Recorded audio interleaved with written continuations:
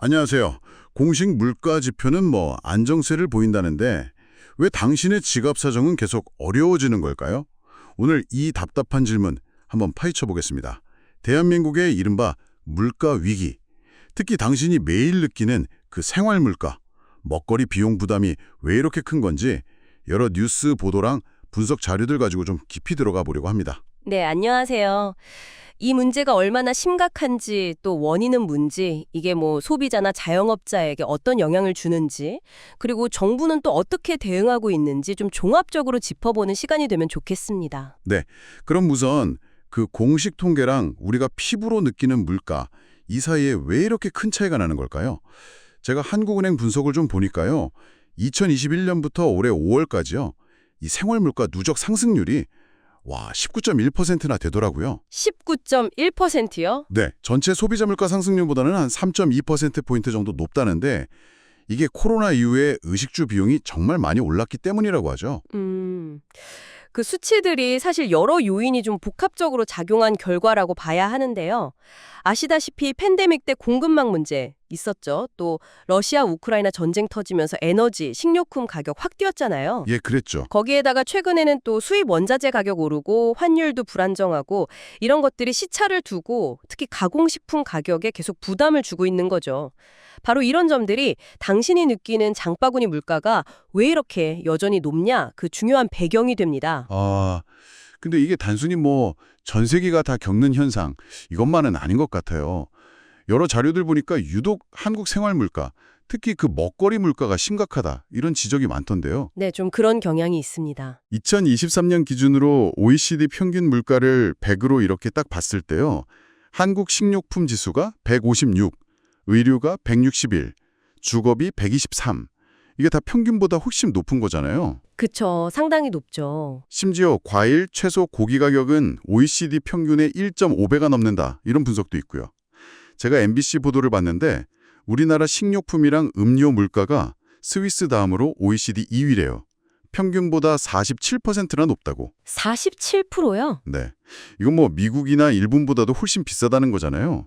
이거 좀 충격적이던데요. 네, 그 생활비 비교 플랫폼 넘비오 같은 곳 통계도 비슷한 얘기를 합니다. 한국의 1인당 하루 건장 식비가 한 23,500원 정도로 나오는데 이게 스위스 한 32,000원보다 낮지만요. 미국이나 일본하고 비교하면 상당히 높은 수준이거든요. 그러니까 외식은 물론이고 그냥 집에서 밥 해 먹는 것조차 부담이 된다. 이런 얘기네요. 네, 맞습니다. 그런 의미로 해석할 수 있죠. 이런 상황이니까 소비자들이 지갑 닫는 건 어찌 보면 당연해 보입니다.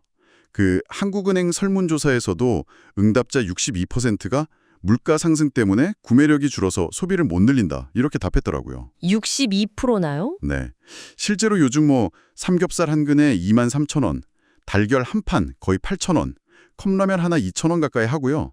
아까 어떤 시민 인터뷰 보니까 장바구니에 몇 개 담지도 않았는데 59,000원이 훌쩍 넘더라. 이게 정말 남 얘기가 아니에요. 그렇죠. 여기서 이제 경제적으로 좀 걱정되는 부분이 뭐냐면요.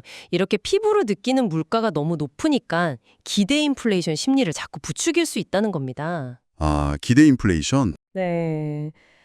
그러니까 다른 물가 지표가 좀 안정되는 모습을 보여도 사람들이 에이, 앞으로도 계속 물가 높을 거야 이렇게 예상을 하게 되면요. 이게 실제 물가 안정을 위한 어떤 정책 효과를 좀 떨어뜨릴 수 있다는 거죠. 심리가 실물 경제에 영향을 주는 그런 상황이 될 수 있습니다. 소비자만 힘든 게 아니죠 또. 자영업자분들 고통도 정말 크신 것 같아요. 제가 연합뉴스 TV에서 봤는데 30년 넘게 식당 하신 사장님 얘기가 참 기억에 남아요. 햄이나 소시지 같은 재료값이 개당 500원에서 1,000원씩 막 오르고 인건비 부담도 커지는데 손님 줄어들까 봐 가격은 못 올리겠고 결국 적자만 쌓인다고 하시더라고요. 참 안타까웠습니다. 네, 그런 어려움들이 실제 통계로도 좀 확인이 되고 있습니다. 지난달 자영업자 수가 작년 같은 달보다 22,000명이나 줄었고요. 정부에 폐업 지원 신청하는 건수도 확 늘고 있거든요. 정말요? 네. 외식 물가는 계속 오르는데 소비는 위축되니까 이러지도 저러지도 못하는 그야말로 진퇴양난에 빠진 자영업자들이 많다는 뜻입니다. 이게 악순환인 거죠. 네, 악순환이네요. 여기에 또 다른 변수, 그 환율 문제도 무시 못하잖아요. 예전에 EBS 다큐에서 아르헨티나 사례 같은 거 보면 환율이 막 뛰니까 수입 물가가 그냥 바로 오르던데요. 그쵸. 직격탄이죠. 국내 완구업체 사례도 있었는데 달러로 대금을 치러야 하는데 예상보다 환율이 올라버리면 예를 들어 뭐 1,200원 생각했는데 1,290원이 됐다. 이러면 그 차액 부담이 고스란히 기업한테 가잖아요. 그럼 뭐 가격 경쟁력을 잃거나 아니면 손실을 봐야 하는 상황이 생기는 거고요. 맞습니다. 원달러 환율 상승, 다시 말해 원화 가치가 떨어지는 건 수입품 가격을 바로 끌어올려서 국내 물가 상승 압력으로 작용하게 됩니다. 특히 우리나라처럼 부품이나 완제품 수입 의존도가 높은 산업은 환율 변동에 더 민감할 수밖에 없는 구조죠. 상황이 이렇게 심각하니 정부도 뭐 가만히 있진 않겠죠. 보니까 비상 TF, 특별 전담팀이라고 하죠. 그걸 가동해서 식품이랑 외식 물가 안정 대책을 추진 중이라고 하더라고요. 네, 정부도 지금 좀 다급하게 움직이는 모습입니다. 기업들한테는 가격 인상 좀 자제해달라 요청하고 또 공공배달앱 할인 쿠폰 650만 장 푼다고 하고 그리고 외식업체 외국인 고용 규제도 좀 완화해주고 국산 농산물 사라고 구매 지원 예산 200억 원 이것도 추경에 넣었다고 하고요. 네, 그런 단기적인 대책들과 함께 품목들 대응도 좀 구체적으로 나오고 있습니다.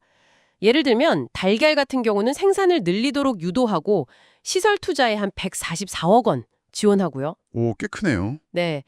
그리고 배추는 비축 물량을 평년보다 1.5배 이상 늘려서 2만 3천 톤 정도 확보했다가 추석 전에 풀 계획이고요.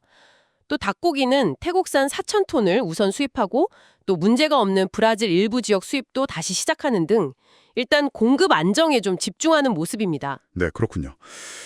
자, 오늘 저희는 공식 지표와 당신이 느끼는 그 체감 물가 사이의 큰 간극, 그리고 다른 나라와 비교해도 높은 수준인 한국의 식료품 비용, 이것이 우리 소비자들과 또 자영업자분들에게 주는 현실적인 어려움들, 그리고 뭐 환율 같은 외부 요인, 마지막으로 정부의 단기적인 대응책까지 좀 살펴봤습니다. 네, 들어보셔서 아시겠지만 정부 대책이 당장의 어떤 공급 안정이나 단기적인 부담 완화, 여기에 좀 초점이 맞춰져 있는 경향이 있어 보입니다.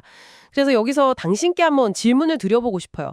이런 단기적인 조치를 넘어서 근본적으로 우리 생활물가 부담을 좀 낮추려면 한국의 경제 구조나 혹은 그 복잡한 유통 시스템에는 어떤 장기적인 변화가 필요하다고 생각하시는지 한 번쯤 깊이 고민해 볼 만한 문제가 아닐까 싶습니다.